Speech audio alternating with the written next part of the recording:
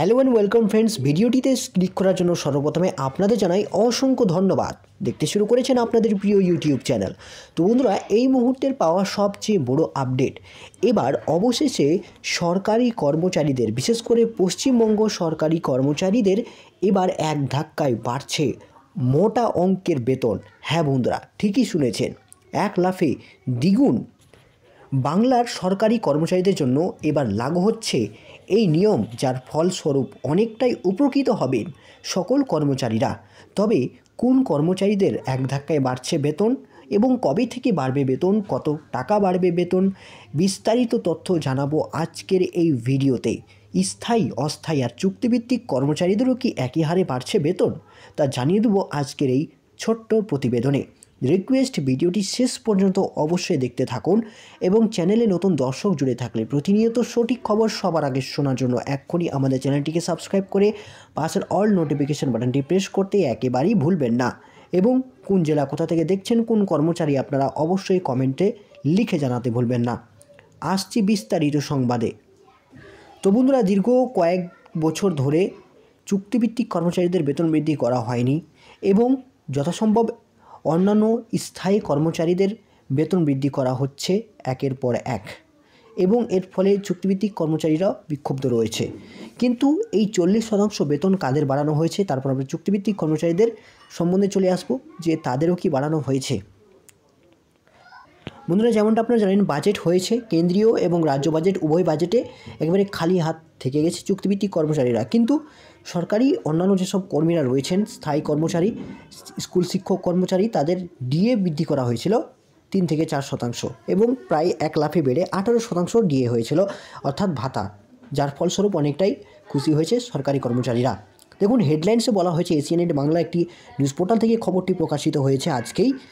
হেডলাইন্সে বলা হয়েছে, পশ্চিমবঙ্গ রাজ্য সরকারি কর্মচারীদের সপ্তম বেতন কমিশন লাগু, এবং এই ঘোষণা নিয়ে জোর আলোচনা চলছে এবং এক লাফে অনেকটাই বাড়বে বেতন। দেখুন, বলা হচ্ছে বেতন বাড়বে প্রায় দ্বিগুণ, এক ধাক্কায় পে স্কেল বেড়ে হয়ে যাবে দ্বিগুণ। দেখুন বন্ধুরা, বলা হচ্ছে দুর্দান্ত খবর আসতে চলেছে বাংলার সরকারি কর্মচারীদের জন্য।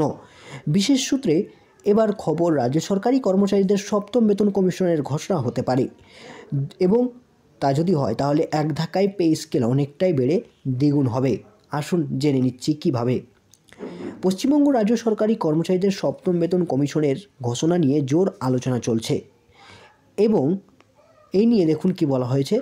এই কেন্দ্র ইতিমধ্যে অষ্টম বেতন কমিশন এর ঘোষণা করেছে, যা 26 সালের, অর্থাৎ 2026 সালের 1 জানুয়ারি থেকে কার্যকর হবে, এবং এর ফলে উচ্ছ্বসিত কর্মচারীরা। অথচ পশ্চিমবঙ্গের সরকারি কর্মচারীদের এখনও পর্যন্ত কিন্তু সেই খবর বা এমন একটা ঘোষণা করা হয়নি, এবং পশ্চিমবঙ্গের সরকারি কর্মচারীরা এখনও ষষ্ঠ বেতন কমিশনের অধীনে রয়েছেন, যা 2015 সালে গঠিত হয়ে 2019 সালে কার্যকর হয়েছিল। এবার দেখে নিচ্ছি, খবর সূত্র অনুযায়ী পুজোর আগেই সপ্তম বেতন কমিশন গঠনের ঘোষণা আসতে পারে, তবে চূড়ান্ত সিদ্ধান্তের জন্য সেপ্টেম্বর পর্যন্ত অপেক্ষা করতে হবে সকলকেই।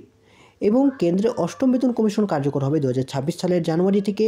রাজ্যে বর্তমান চালু আছে ষষ্ঠ বেতন কমিশন, এবং ষষ্ঠ বেতন কমিশন গঠিত হয় 2015 সালে, ষষ্ঠ বেতন কার্যকর হয় 2019 সালে।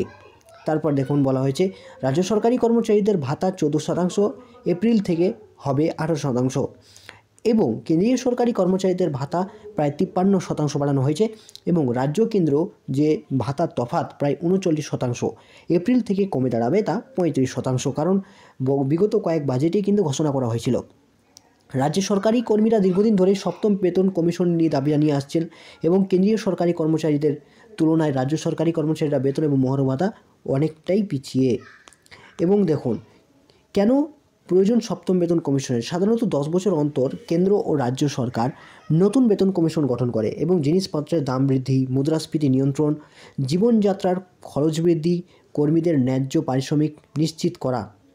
তাছাড়া রাজ্যের 12 লক্ষ কর্মচারী ও অবসরপ্রাপ্ত কর্মচারীদের সপ্তম পে কমিশনের ঘোষণায় অপেক্ষা রয়েছেন, এবং এই দিকে 2015 সালে ষষ্ঠ বেতন কমিশন ঘোষণা হলেও তা কার্যকর হতে প্রায় 4 বছর লেগেছিল, এবং এর ফলে যদি এবারের বাজেটে সপ্তম বেতন কমিশনের ঘোষণা হয় তাহলে তা কার্যকর হতে প্রায় 2027 থেকে 28 পর্যন্ত সময় লাগতে পারে।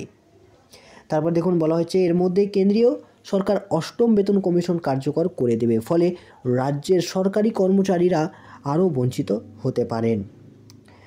সপ্তম বেতন কমিশন গঠনের সম্ভাব্য তারিখ 2025 সালের সেপ্টেম্বর মাস সম্ভাব্য ঘোষণা, এবং 2026 সালের মধ্যেই রিপোর্ট জমা, এবং 2027-28 সালের মধ্যে তা কার্যকর হয়ে যাবে। কিন্তু বন্ধুরা, এখানেই কিন্তু চুক্তিভিত্তিক কর্মচারীদের জন্য তেমন একটা ঘোষণা করা হচ্ছে না।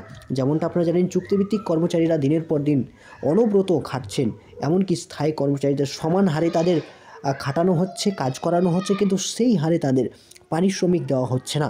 এটা কেন্দ্র বলুন রাজ্য বলুন, উভয় সরকার কিন্তু এসব গ্রুপ ডি কর্মচারীদের কিন্তু বঞ্চিত করে রাখছেন। আজ বিগত 1 যুগ ধরে তারা বঞ্চিত, এবং তাদের স্থায়ীকরণ না হচ্ছে, না তাদের চাকরির পার্মানেন্ট এবং প্রমোশন, কোনো ক্ষেত্রেই তাদের সুবিধা পাওয়া যাচ্ছে না। কেবল 500 এবং 1000 টাকার গুটিগত বেতন বাড়িয়ে কর্মীদের সন্তুষ্ট করার চেষ্টা করা হচ্ছে।